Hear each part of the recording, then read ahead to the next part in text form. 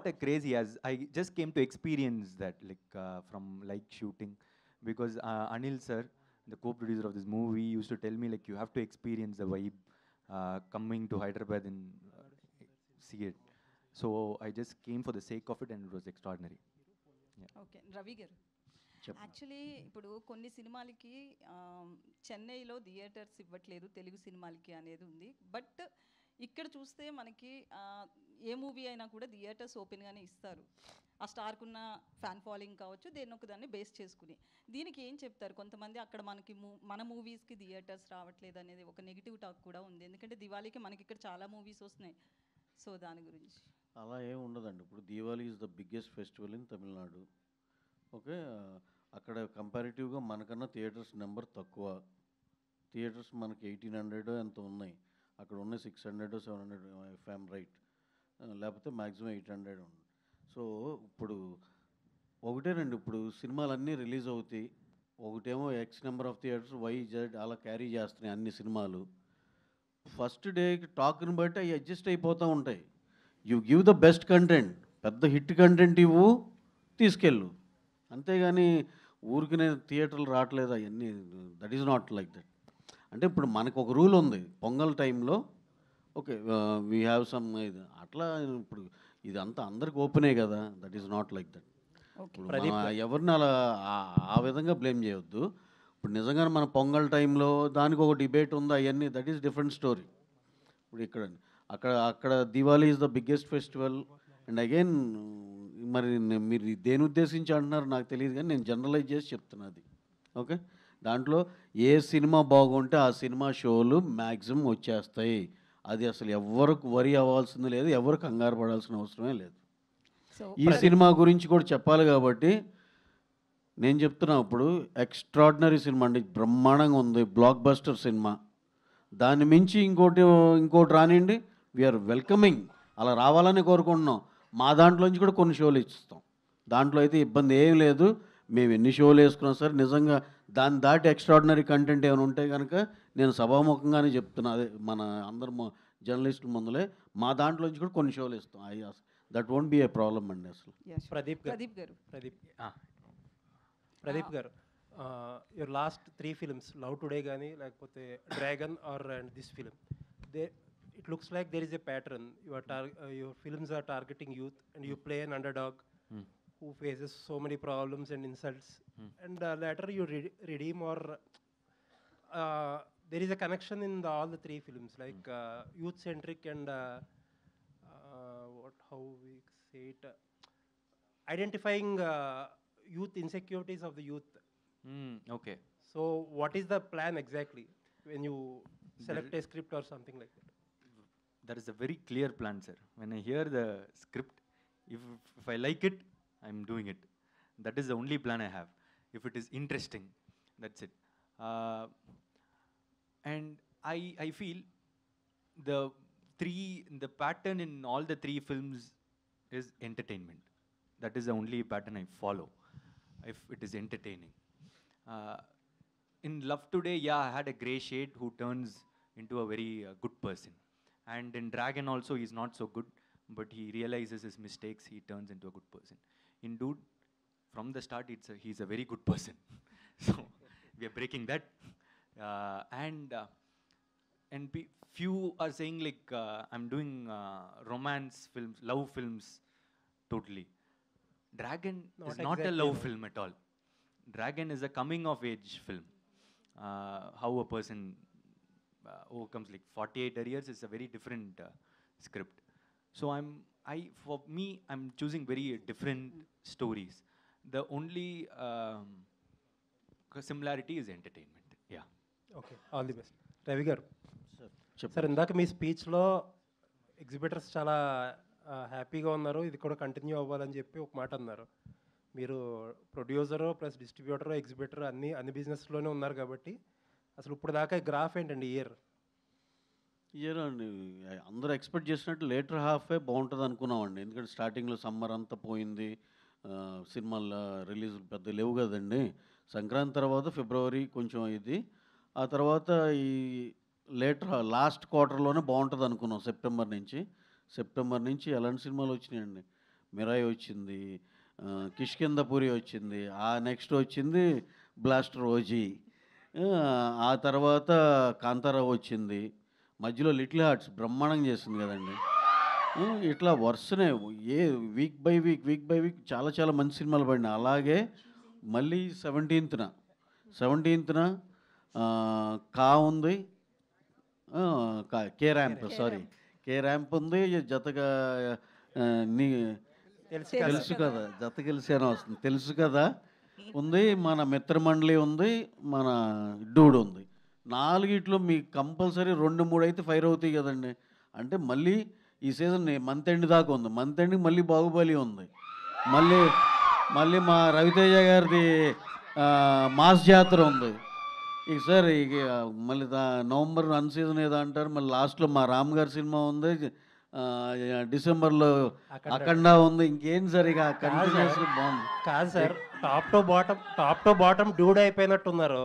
మిగతా పక్కన ఉన్న సినిమాలు ఏమీ అనట్లేదు, మీకు పేర్లు మర్చిపోతున్నారు. లేదు సార్, నాకు ఫస్ట్ నుంచి అది నాకు జత కలిసి అని వచ్చేసేది ఎందుకో, ఆ చిన్న సాఫ్ట్ టైటిల్లో ఆ చిన్న మిస్ అవుతా ఉన్నా నేను. లేదు ఆ సినిమా సాంగ్స్ చూశారు కదండి, ఎక్స్ట్రాడినరీగా ఉన్నాయి. సరే అండి, ఇంకొకటి, కొన్ని సినిమాలు బాగా పెద్ద ఓపెనింగ్ తీసుకుంటున్నాయి, అది సస్టైన్ అవ్వట్లేదని చెప్పి డిస్ట్రిబ్యూటర్ సర్కిల్స్లో చాలా కొంచెం పెద్ద సినిమాల గురించి మీ ఒపీనియన్ ఏంటి?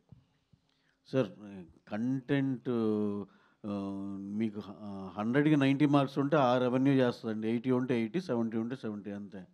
ఇప్పుడు మన ఓజీ ఉంది, ఓజీ సెకండ్ వీక్ కూడా కాంతారా పెద్ద రిలీజ్ అయినా కూడా ఎంత strong ఫుల్స్తో వెళ్ళిందండి.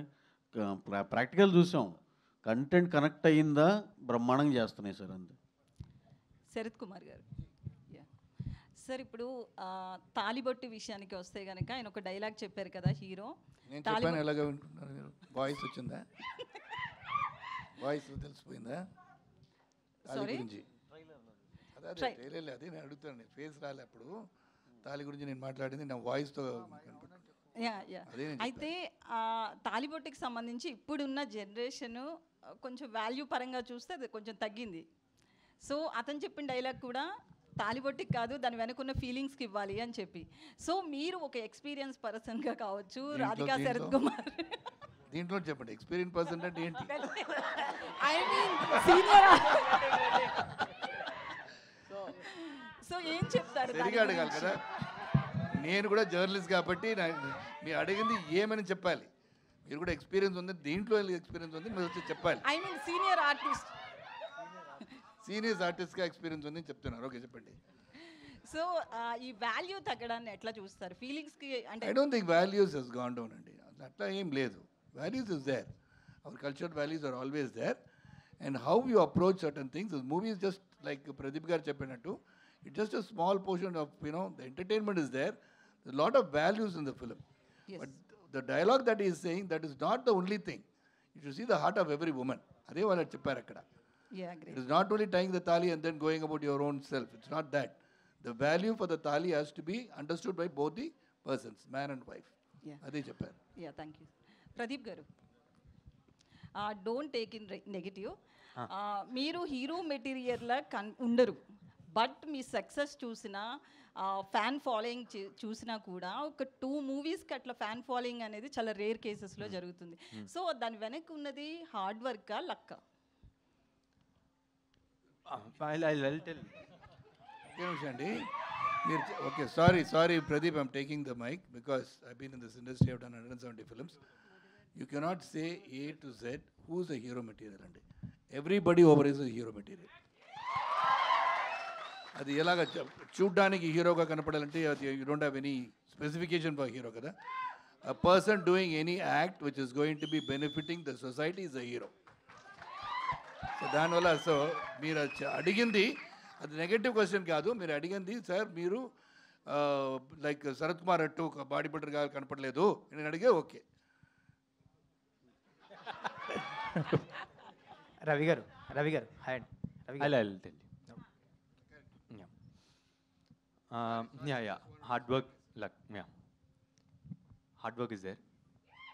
And obviously, I've been thinking over few months and all, the love I'm getting and all those things, like even when yesterday I went there are a lot of talented people like me I've seen, and a lot of them.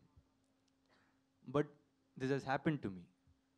I think it also has God's grace. So it is hard work and God's grace. And more important is that I think people see themselves in me. So when they see the screens, they feel they are the hero. They are acting in it, and they are doing the romance. They are fighting. So when they see themselves in me, I'm already a hero. That's it. So thank you.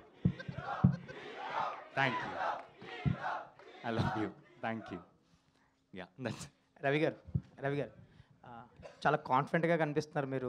ఇందాక event బయట కానీ ఇప్పుడు trailer తర్వాత కూడా ఈ cinema గురించి బాగా చెప్తున్నారు. అండ్ ఈ టీం గురించి చెప్పండి. వీళ్ళు పడ్డ కష్టానికి, ప్యాషన్కి. మీరు చెన్నై వెళ్ళి చూసి వచ్చాను అన్నారు కదా, సో కాన్ఫిడెంట్గా చెప్పండి ఎలా ఉంది సినిమా. అయితే చాలా చాలా బాగుందండి. చాలా పెద్ద సినిమా అవుతుంది.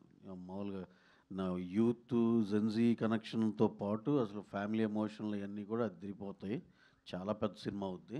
సరే, అయితే మీరు అడిగిన దానికి ఎలాంటి సినిమా, మా డే 1 నుంచి ఇలాంటి సినిమా చేయాలని ఎప్పటి నుంచో కోరిక అండి.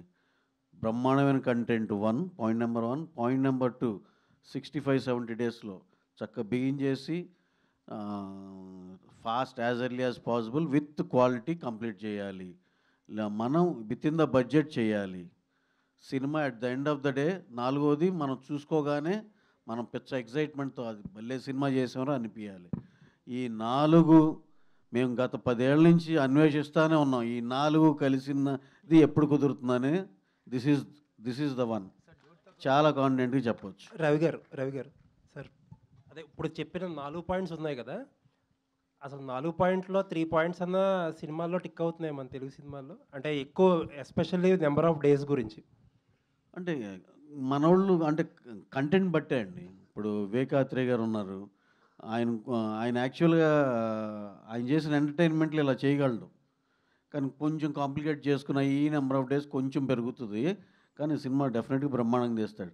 దానికి అంటే అవన్నీ